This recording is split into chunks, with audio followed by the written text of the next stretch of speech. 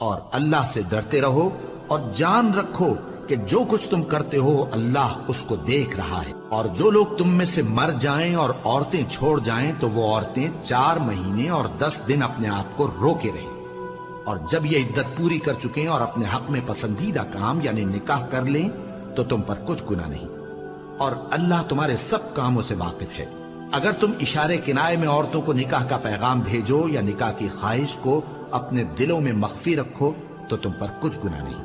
اللہ کو معلوم ہے کہ تم ان سے نکاح کا ذکر کرو گے، مگر ایام عدت میں اس کے سوا کے دستور کے مطابق کوئی بات کہہ دو، پوشیدہ طور پر ان سے قول و قرار نہ کرنا، اور جب تک عدت پوری نہ ہو لے نکاح کا پختہ ارادہ نہ کرنا، اور جان رکھو کہ جو کچھ تمہارے دلوں میں ہے اللہ کو سب معلوم ہے، تو اس سے ڈرتے رہو اور جان رکھو کہ اللہ بخشنے والا ہے، حلم والا ہے۔ اور اگر تم عورتوں کو ان کے پاس جانے یا ان کا مہر مقرر کرنے سے پہلے طلاق دے دو تو تم پر کچھ گناہ نہیں، ہاں ان کو دستور کے مطابق کچھ خرچ ضرور دو، یعنی مقدور والا اپنے مقدور کے مطابق دے اور تنگ دست اپنی حیثیت کے مطابق۔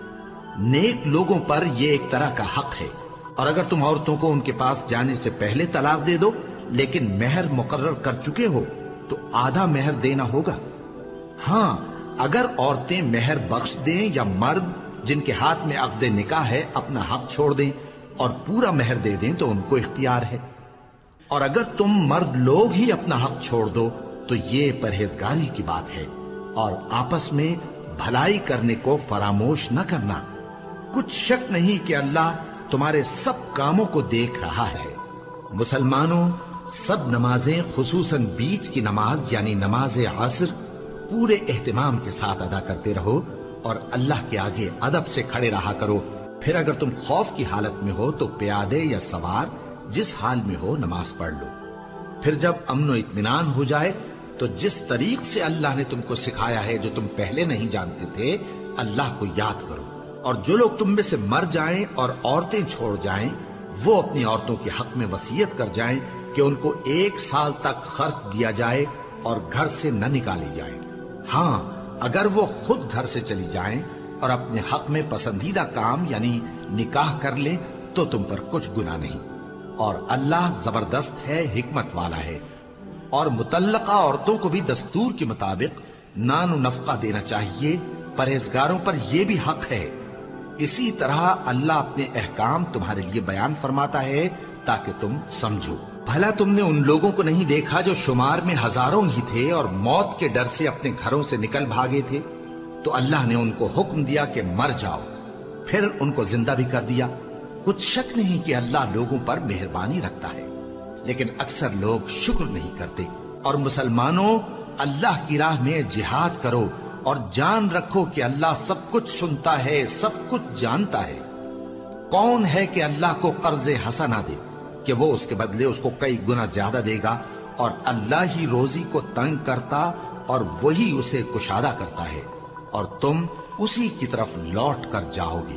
بھلا تم نے بنی اسرائیل کی ایک جماعت کو نہیں دیکھا جس نے موسیٰ کے بعد اپنے پیغمبر سے کہا کہ آپ ہمارے لیے ایک بادشاہ مقرر کر دیں تاکہ ہم اللہ کی راہ میں جہاد کریں؟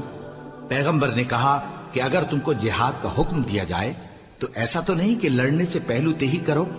وہ کہنے لگے کہ ہم اللہ کی راہ میں کیوں نہ لڑیں گے جبکہ ہم وطن سے خارج اور بال بچوں سے جدا کر دیے گئے۔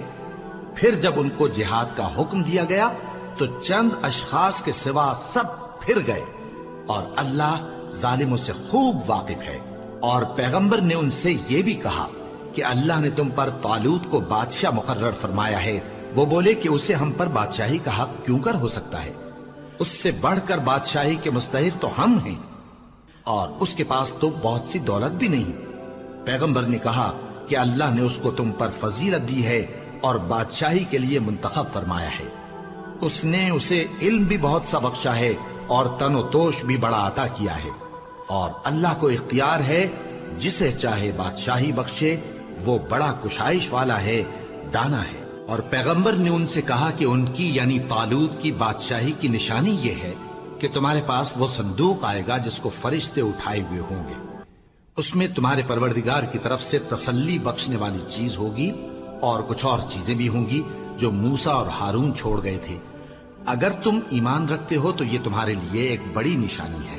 غرض جب طالوت فوجیں لے کر روانہ ہوا تو اس نے ان سے کہا کہ اللہ ایک نہر سے تمہاری آزمائش کرنے والا ہے، جو شخص اس میں سے پانی پی لے گا اس کی نسبت تصور کیا جائے گا کہ وہ میرا نہیں، اور جو نہ پیے گا وہ سمجھا جائے گا کہ میرا ہے۔ ہاں اگر کوئی ہاتھ سے چلو بھر پانی لے لے تو خیر۔ جب وہ لوگ نہر پر پہنچے تو چند آدمیوں کے سوا سب نے پانی پی لیا۔ پھر جب طالوت اور مومن لوگ جو اس کے ساتھ تھے نہر کے پار ہو گئے تو کہنے لگے کہ آج ہم میں جالوت اور اس کے لشکر سے مقابلہ کرنے کی طاقت نہیں۔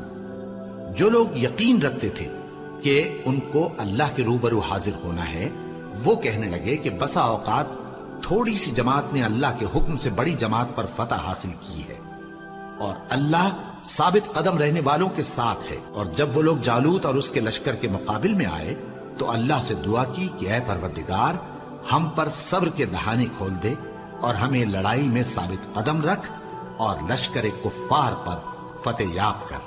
تو طالوت کی فوج نے اللہ کے حکم سے ان کو شکست دے دی، اور داؤد نے جالوت کو قتل کر ڈالا، اور اللہ نے ان کو بادشاہی اور دانائی بخشی اور جو کچھ چاہا سکھایا۔ اور اگر اللہ لوگوں کو ایک دوسرے پر چڑھائی اور حملہ کرنے سے نہ ہٹاتا رہتا تو کرۂ ارض تباہ ہو جاتا، لیکن اللہ اہل عالم پر بڑا مہربان ہے۔